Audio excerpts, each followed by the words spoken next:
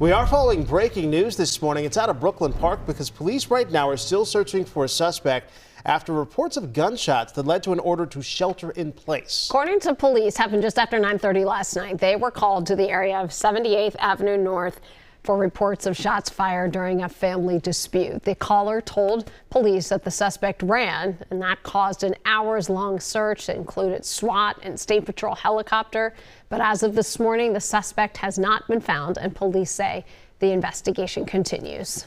Old versus new. This is a question cities across the state are asking when it comes to which flag should fly in Minnesota. Let's take you to the live desk with Barrett Leone as another city has decided to go with the old. Barrett, good morning. Good morning, AJ, Heather. Inver Grove Heights is the latest city taking a stand against the new Minnesota state flag, which took effect in 2024.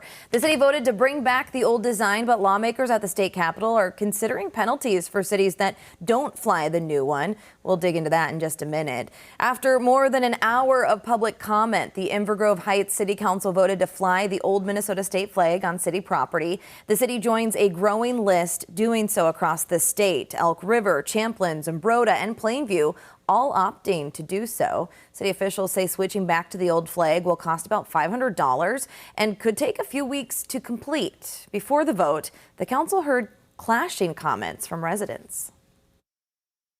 You can choose to change the flag, but let's be clear, you're not going to be flying the Minnesota state flag. You'll be flying a scarlet letter. It just doesn't represent Minnesota. It's what this flag represents. That's the issue.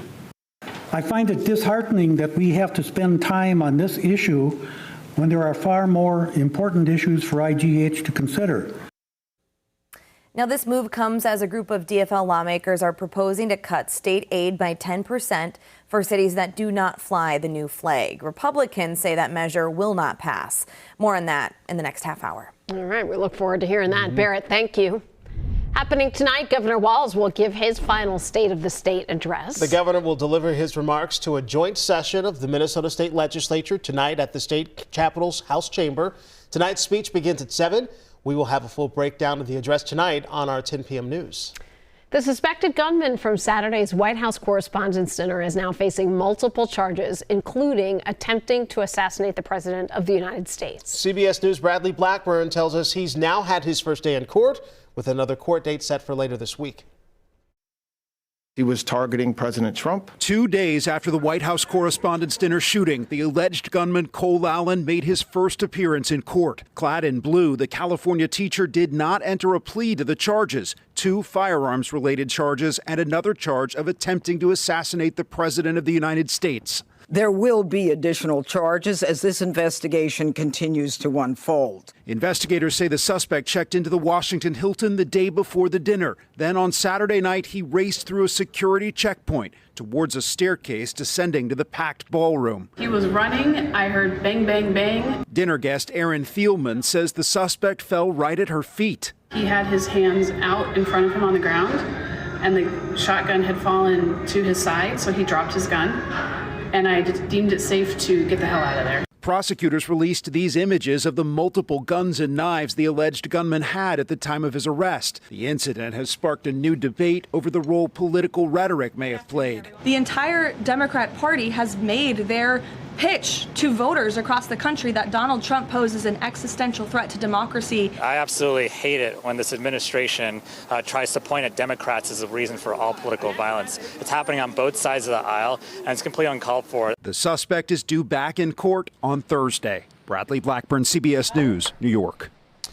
Prosecutors say investigators are still trying to determine how a Secret Service officer was hit in the bulletproof vest during the incident. The U.S. Secret Service says it'll enhance security at events going forward, and there's a meeting scheduled this week with the White House Chief of Staff to assess the issue. Now, here in Minnesota, we have also dealt with political violence. Just last summer, a masked gunman shot and killed former House Speaker Melissa Hortman and her husband. He also shot State Senator John Hoffman and his wife. They and their daughter survived the attack.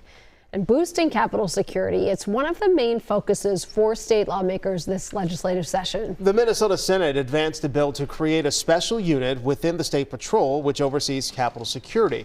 It would also boost funding for metal detectors on Capitol grounds, which were added after last summer's attacks.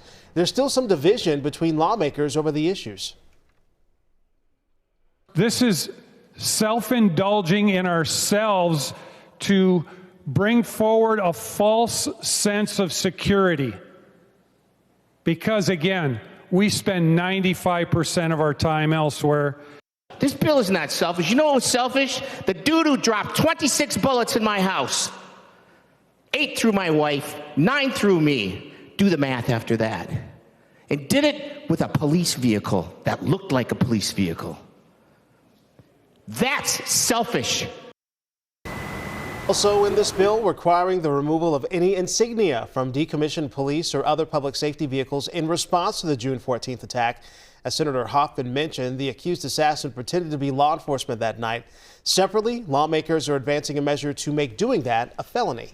Starting today, you'll have to stop for school buses just as soon as you see those lights start flashing. So when red lights are flashing, vehicles now have to stop 20 feet away from the school bus, whether or not the stop arm is extended. Before, you could pass as long as the bus's stop arm was not yet out. In Minnesota, school buses make at least 10,000 trips a day. The National Association of State Directors of Pupil Transportation Services conducts an annual illegal passing survey in Minnesota.